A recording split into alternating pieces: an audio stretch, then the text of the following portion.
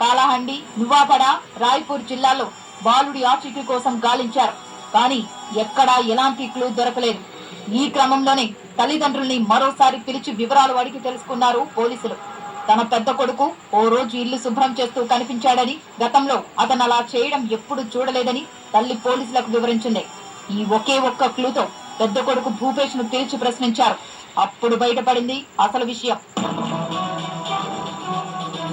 వంటగదిలో ఉండే 6 ఇంచుల పొడవైన కత్తితో తమ్ముడు నారాయణను పొడిచి చంపినట్టు విచారణలు అంగీకరించాడు భూపేష్. హత్యానంతరం మృతదేహాన్ని ఇంటి వెనుక పాతి పెట్టాడు. రాత్రి 1 గంట సమయంలో డెడ్ బాడీ బయటకు తీసి మరో చోట పాతి పెట్టాడు. భూపేష్ చెప్పిన వివరాలతో మాజిస్ట్రేట్, వైద్యాధికారులు, పోలీస్, సైంటిఫిక్ టీమ్ స్పాట్ కు వెళ్లాయి. క్రైమ్ సీన్ రీక్రియేట్ చేసి మృతదేహాన్ని బయటకు తీశారు. హత్యకు ఉపయోగించిన కత్తి, మృతదేహాన్ని తరలించడానికి ఉపయోగించిన చీరను పోలీసులు స్వాధీనం చేసుకున్నారు. తమ్ముణ్ణి అన్నయ్య చంపాడన్న నిజంతో ఊరంతా ఉలిక్కి పడింది. అమ్మా నాన్న చిన్న కొడుకు నారాయణపై ప్రేమ చూపించడాన్ని భూపేష్ తట్టుకోలేకపోయాడు. కన్నవాళ్ల ప్రేమ తనకు మాత్రమే దక్కాలని, ఇది సాధ్యం కావాలంటే తమ్ముడు ఉండకూడదని డిసైడ్ అయ్యాడు. అదే సమయంలో అన్న తమ్ముడి మధ్య గొడవ జరిగింది. అది దాడి చేసుకునే దాకా వెళ్ళింది. ఆ మరుసటి రోజే తమ్ముడిని చంపేశాడు భూపేష్. కత్తితో దాడి చేసిన క్రమంలో ఇంట్లో రక్తం పడింది. అది తుడిచే క్రమంలో భూపేష్ తల్లి కంట్లో పడ్డాడు. అదే మర్డర్ మిస్టరీ వీడేలా చేసింది. ఇంట్లో జరిగిన గొడవే తోడబుట్టిన వాడిని చంపేలా చేసిందా?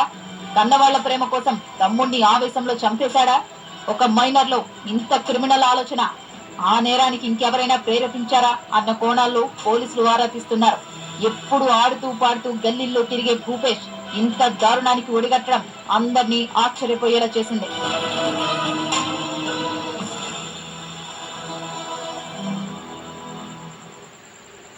కోడి కొట్లాట, కోడి కోసం కొట్లాట.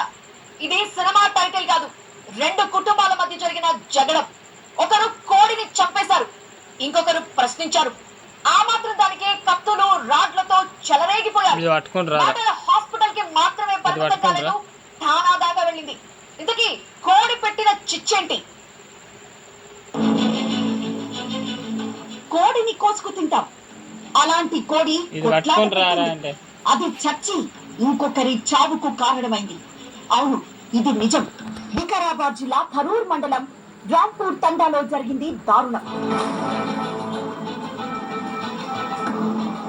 ఆసుపత్రిలో చావు బతుకు మధ్య కొట్టుమిట్టాడుతున్న ఇతను మోహన్. ఈ దుస్థితికి కారణం శంకర్ నాయక్, అతని కుటుంబం.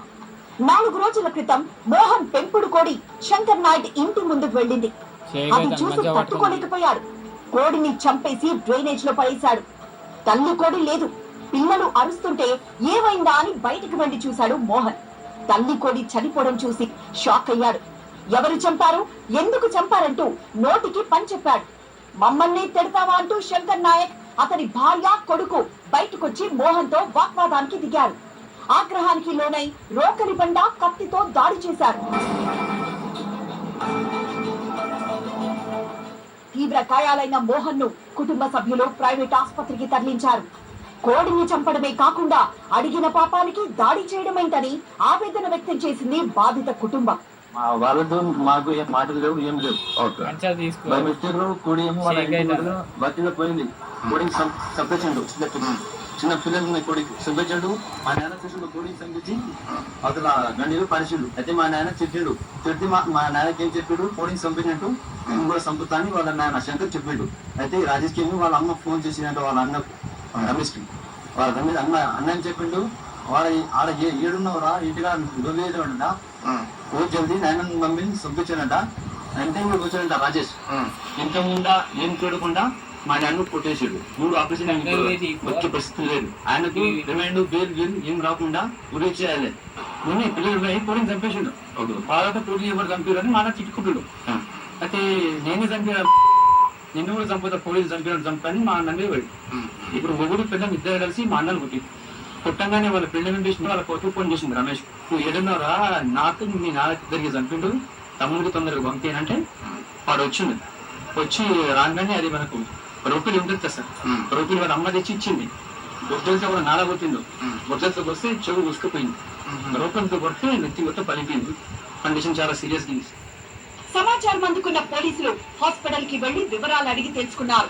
4 రోజులు మృత్యుతో పోరాడిన మోహన్ పరిస్థితి విషమించి చనిపోయాడు. మేము అత్యాయత్నం కేసు చేయడం జరిగింది. ఆ కేసులో భాగంగా వాళ్ళు 5 తారీఖు నాటి రిమాండ్ కూడా చేయడం జరిగింది. పోస్ట్ మార్టం చేసి బాడీ హ్యాండ్ ఓవర్ ఇది మర్డర్ కేసుగా ఆల్టర్ చేయడం. ముగ్గురు నిందితులు ఉంటారు, భార్య భర్తలు, వాళ్ళ కొడుకు సంవాద్ శంకర్, లక్ష్మీభాయ్, రాజేష్. అదుపులో తీసుకొని రిమాండ్ కూడా చేయడం జరిగింది. కోడి కారణంగానే దాడి జరిగిందా? పాత గొడవలు దృష్టిలో పెట్టుకుని శంకర్ నాయక్ కుటుంబం మోహన్ ను చంపాలని చూసిందా? అన్ని కోణాల్లో దర్యాప్తు చేపట్టి అసలు నిజాలు బయటపెడతామన్నారు పోలీసులు.